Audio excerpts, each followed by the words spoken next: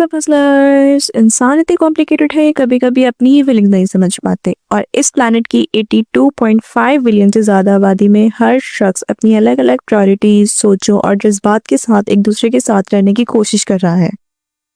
और कुछ लोग तो हाथ में छुरा लिए घूम रहे हैं, लेकिन छोड़िए, वो अपने ही रास्ते हैं।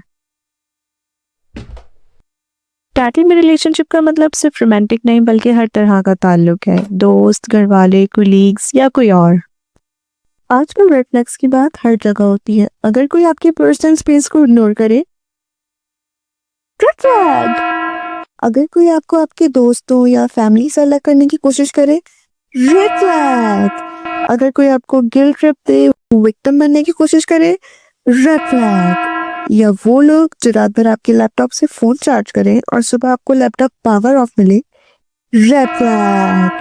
और इस बार सीरियसली लिटिल सिस्टर, मैं तुम्हारे ही बारे में बात कर रही हूँ। मसला ये है कि बहुत बार हमें ये रेड फ्लैग्स नजर नहीं आती क्योंकि हम किसी इंसान को दिल से अपना समझने लगते हैं और हम ये सोचते हैं, ओ ये अच्छा इंसान है, मुझे हर्ट नहीं करेंगे। लेकिन ये रेड फ्लैग्स वही के वही रहती हैं। इनको इग्नोर करना खुद को इग्नोर करने के बराबर है। अक्सर लोग ओवरली नाइस या पैसिव होते हैं और इसी वजह से टॉक्सिक रिलेशनशिप ज्यादा कॉमन है। शायद अभी आप भी एक ऐसे रिलेशनशिप में हो जो आपको इमोशनली डैमेज कर रहा हो, मगर आपको उसका एहसास ही नहीं। मैनिपुलेशन एक ऐसी चीज है जो शुरू में छोटी और सटल लगती है। एक एग्जाम्पल लेते हैं। तालिया अपने दोस्तों के साथ आउटिंग का प्लान बनाती है और एडम उसे इंसिस्ट करता है कि वो घर ही रहे। एडम एक मैनिपुलेटर है। ये एक बहुत कॉमन एग्जाम्पल है। शुरू में ये छोटी और सटल बात लगती है, लेकिन आहिस्ता आहिस्ता एडम तालिया के दोस्तों से नफरत करने लगता है। शहरियार बहुत अजीब सी बातें करता है, उसका इन्फ्लुएंस अच्छा नहीं। आयला हर वक्त गॉसिप करती है, तुम्हारे लिए ये ठीक नहीं। ऐसे कमेंट के थ्रू एडम तालिया को अपने दोस्तों से बिल्कुल दूर कर देता है और तालिया एडम को ट्रस्ट करने लगती है। एडम ओवर पावर हो जाता है because now he is completely able to control her thoughts. Hi, क्या कर रहे हो तुम सब? मेरे नए दोस्त से मिलो। इसका नाम मैंने रखा है बिल्ली का बच्चा। अच्छा, तुम भी इसको बिल्ली का बच्चा बुलाना। बिल्ली का बच्चा तो बैड वर्ड है हमेशा से, तुम्हें ये पता है। हाँ। सासू, मेरे नए दोस्त से मिलो। इसका नाम मैंने बिल्ली का बच्चा रखा है। रियल लाइफ में कोई स्लो मो या साइलेंस नहीं होते। It's completely normal feeling situation and all of sudden your brain is confused. ये बैड वर्ड है, पर खलसा मेरी अच्छी फ्रेंड है। हम एक दूसरे को अर्ली ईयर से जानते हैं। वो अच्छी लड़की है। क्या मेरे बाकी दोस्त भी उसे यही कहते होंगे?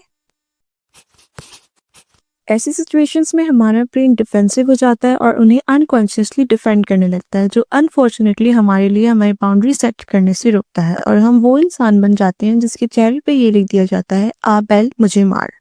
कुछ सिनेरियोज में ओवर पावर लोग फेयर शेयर्स होने शुरू कर देते हैं, जैसे ये कर वरना तेरी सुपारी, या फिर ये कर दो प्लीज वरना मैं खुद को मार लूंगा। और ट्रस्ट मी, ये सिचुएशन ज्यादा वर्स है। आपको लगता है कि अब ये मेरी रिस्पॉन्सिबिलिटी है कि इसकी मदद करूं, क्योंकि ऑब्वियसली आप उसकी फिक्र करते हैं और नहीं चाहते कि वो खुद को नुकसान पहुंचाए। लेकिन ये एक मुश्किल सच है जो आपको समझना ही पड़ेगा।